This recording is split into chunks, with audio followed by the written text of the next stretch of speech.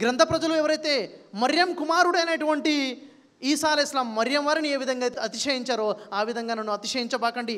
గ్రంథ ప్రజలు మర్యం కుమారుడైనటువంటి ఈసా అలైహిస్సలాం ఒక దైవ ప్రవక్తని దేవునిగా అతిశయించారు. మర్యం కుమారుడైనటువంటి ఈసా అలైహిస్సలాం యేసు వారిని దేవుని కుమారుడిగా అతిశయించారు. ఆ విధంగా మీరు నన్ను అతిశయించబాకండి అని వారించారు.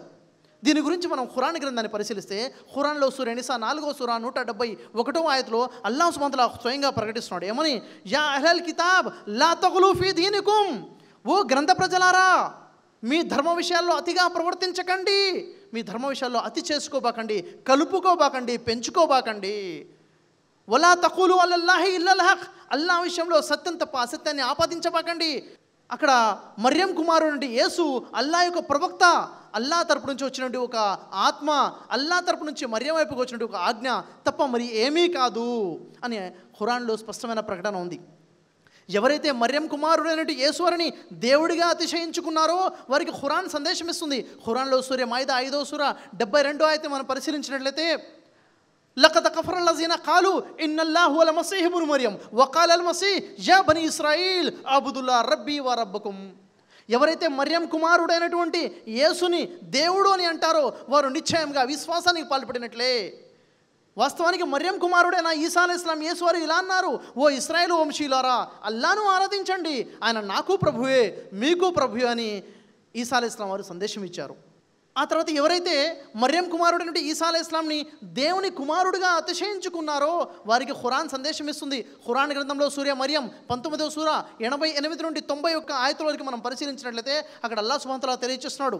వఖాలు తఖజ రహమాను వలదా లఖద జీతుం షయ్యన్ ఇతా తఖదు సమావాత్ యతఫత్తర్న మిన్హు వతన్షక్కు లతఖిరుల్ జిబాలు హద్దా అందౌల్ లిర్రహమాన్ వలదా వమా యంబఖి లిర్రహమాన్ అయ్యత్తఖజ వలదా. ఎవరైతే అంటున్నారో కరుణామయుడనుటి దేవునికి ఒక కుమారుడు ఉన్నాడని వారు అంటున్నారు, ఎంత ఘోరమైన విషయాన్ని కల్పించి తెచ్చారు. వారు అనే ఈ మాట కారణంగా త్వరలోనే ఆకాశం బద్దలైపోతుంది, భూమి పగిలిపోతుంది, పర్వతాలు పడిపోతాయి. వాస్తవానికి దేవుడికి ఒక కుమారుడు ఉన్నాడనే విషయం వాస్తవం కాదు. ఎవరినో కుమారుడుగా చేసుకోవడం దేవుడు ఔన్నత్యానికి తగిన విషయం కానే కాదు అని అల్లాహ్ ప్రకటిస్తున్నాడు. మరి ఈసా అలైహిస్సలాం యొక్క వాస్తవ స్థానం ఏమిటో కూడా స్పష్టంగా ఖురాన్లో అల్లాహ్ తెలియజేశాడు.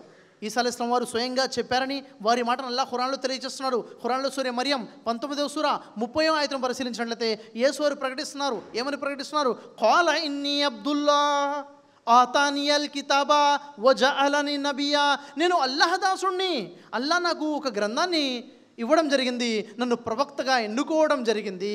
స్పష్టమైన సందేశం. అయితే ఇదే సందేశం మనం బైబిల్లో కూడా మనం చూస్తాం. బైబిల్ గ్రంథం ప్రకారంగా కూడాను లూకా సువార్త 6వ అధ్యాయం 12వ వాక్యము, మార్కు సువార్త 1వ అధ్యాయం 35వ వాక్యం ప్రకారంగా ఈసా అలైహిస్సలాం మర్యం కుమారుడు అంటే యేసు వారు దేవుని దాసుడు అన్న విషయం మనకు తెలుస్తుంది. ఆ తర్వాత మత్తయి సువార్త 13వ అధ్యాయం 57వ వాక్యం, మార్కు సువార్త 6వ అధ్యాయం 4వ వాక్యం ప్రకారంగా మర్యం కుమారుడు అంటే యేసు వారు దేవుని ప్రవక్త అన్న విషయం మనకు అర్థమవుతుంది. అంతేకాని ప్రవక్త ముహమ్మద్ వారు అదే అంటున్నారు, ఏ విధంగా అయితే గ్రంథ ప్రజలు ప్రవక్త అయిన మర్యం కుమారుడైన యేసుని దేవునిగా అతిశయించుకున్నారో, దేవుని కుమారుడిగా అతిశయించుకున్నారో, మీరు నా విషయంలో ఆ విధంగా అతిశయించబాకండి అని ఖచ్చితంగా వారించారు మహాప్రవక్త ముహమ్మద్ సల్లల్లాహు అలైహి వసల్లం వారు.